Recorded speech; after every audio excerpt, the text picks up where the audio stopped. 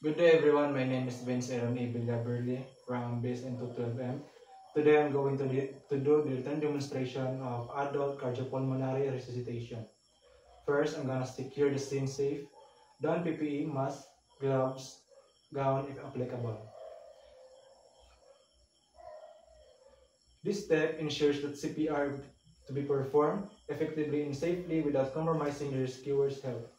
And then next is check for responsiveness by tapping both shoulders and call out name on both ears.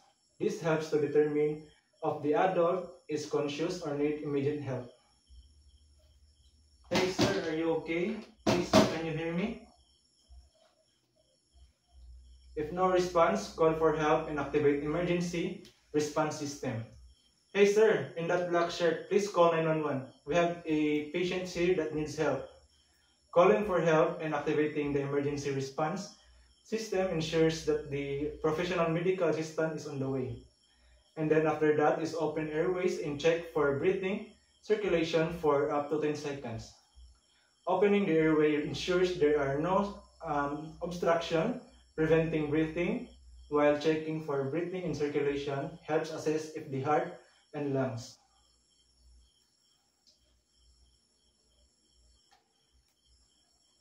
One thousand one, 1002, 1003, 1004, 1005, 1006, 1007, 1008, 1009, 1010.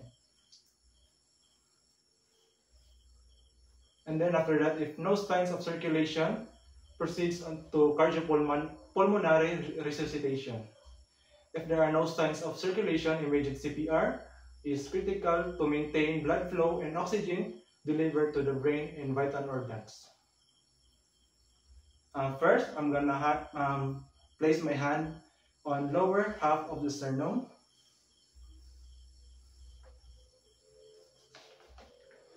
And then adequate rate at 100 to 120 minutes and deliver each set for 30 compression and 15 to 18 seconds.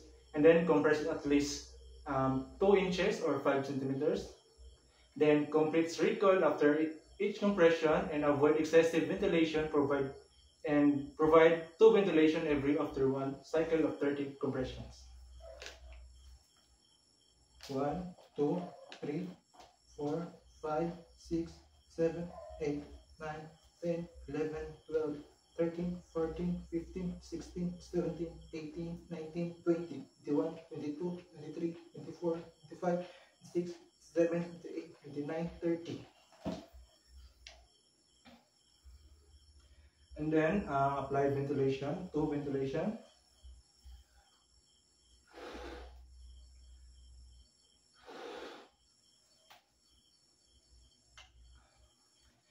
And then continue CPR with 30 compression and 2 ventilation ratio.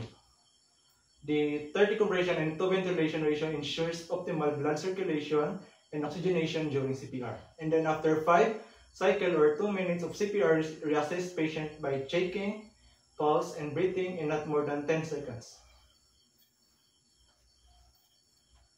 1001, 1002, 1003, 1004, 1005, 1006, 1007, 1008, 1009, 1010. Reassessing the patient pulse and breathing after 5 cycles of or 2 minutes of CPR ensures that the CPR is still needed and prevent unnecessary compression if circulation has returned. And then now, let's proceed to AED or automated external defibrillator. It's a portable medical device designed to analyze the heart rhythm and, if necessary, deliver an electric shock to restore a normal heartbeat in cases of sudden cardiac arrest. And next is correct attached pads. Proper pad placement in adult CPR is crucial for effective defibrillation during cardiac arrest. So I'm gonna put this at the lower clavicle. And this is in lower nipple.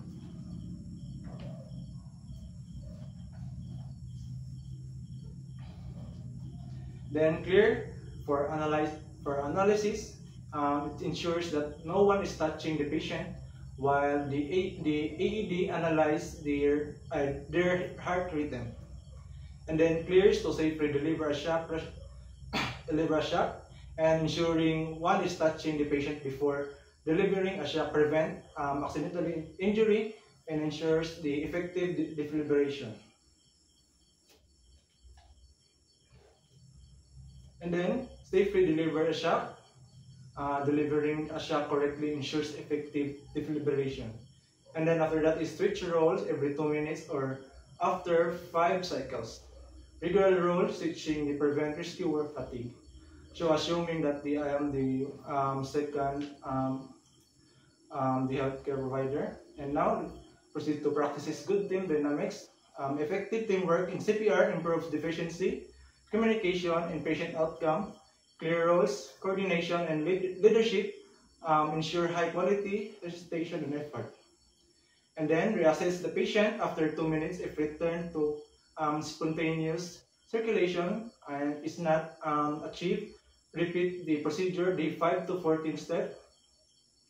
This regular reassessment ensures CPR effectiveness. If no, continue high quality CPR to improve survival chances, and this help adjust techniques and prevent delays in resuscitation. And then once ROSC is achieved, place patient in recovery position. Placing the patient in the recovery position on their side helps maintain an airway and prevent aspiration.